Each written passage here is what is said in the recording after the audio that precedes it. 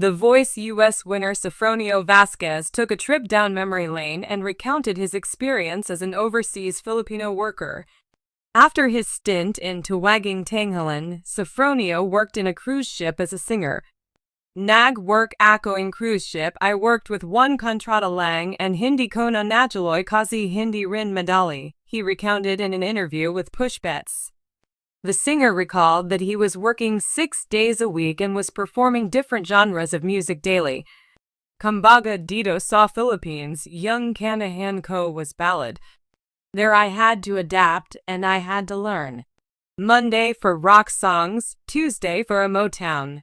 Kumbaga meron silang mga themes and you have to deal with that every day, he shared. The singer went on, Kaya nga marang mga times nakapagtulog ako, pagod na pagod ako, pagjizing ko pagod pa rin ako. Aside from being away from his family, one of the challenges he also encountered during his work in the cruise ship was adjusting to different cultures.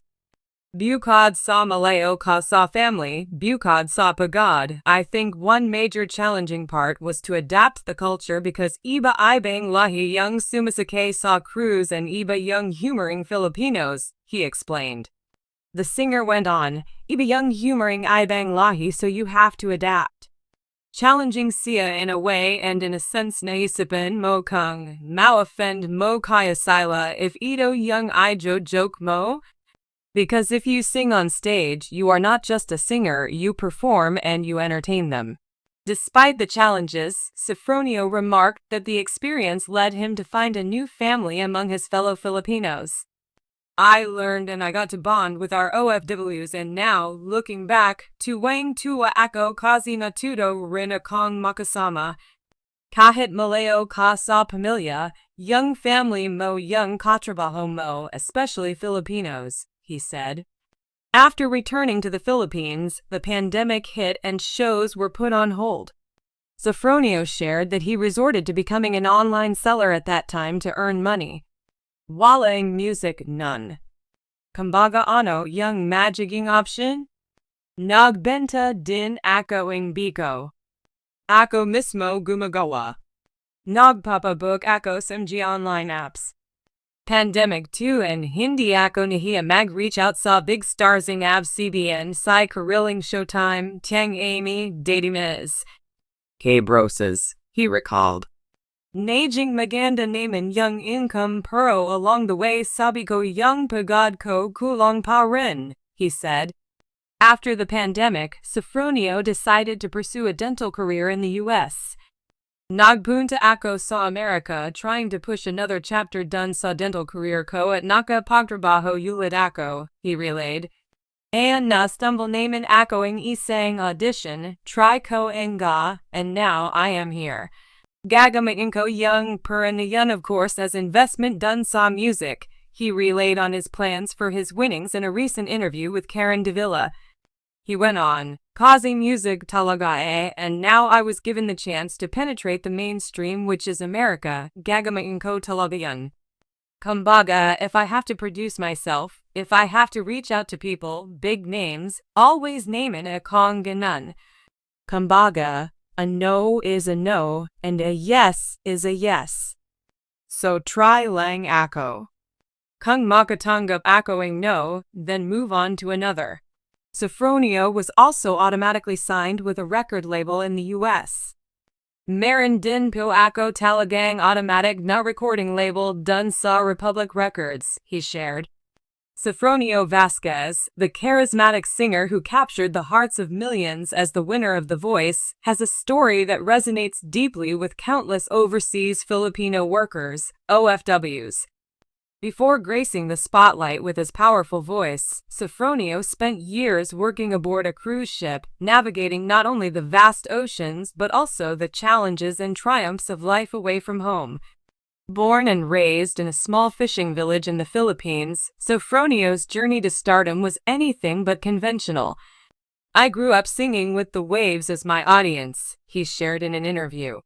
Music was an intrinsic part of his upbringing, a thread that bound his family and community together. Yet, like many Filipinos, economic hardships led him to seek opportunities abroad. It wasn't easy leaving home, Sofronio recalled. I was just 23, full of dreams, and my guitar was my only companion. But I knew I needed to provide for my family. With his seaman's training completed and his contract secured, he boarded his first cruise ship, ready to face a life of hard work and uncertainty. Working as a lounge singer on a cruise ship was both a blessing and a challenge for Sofronio.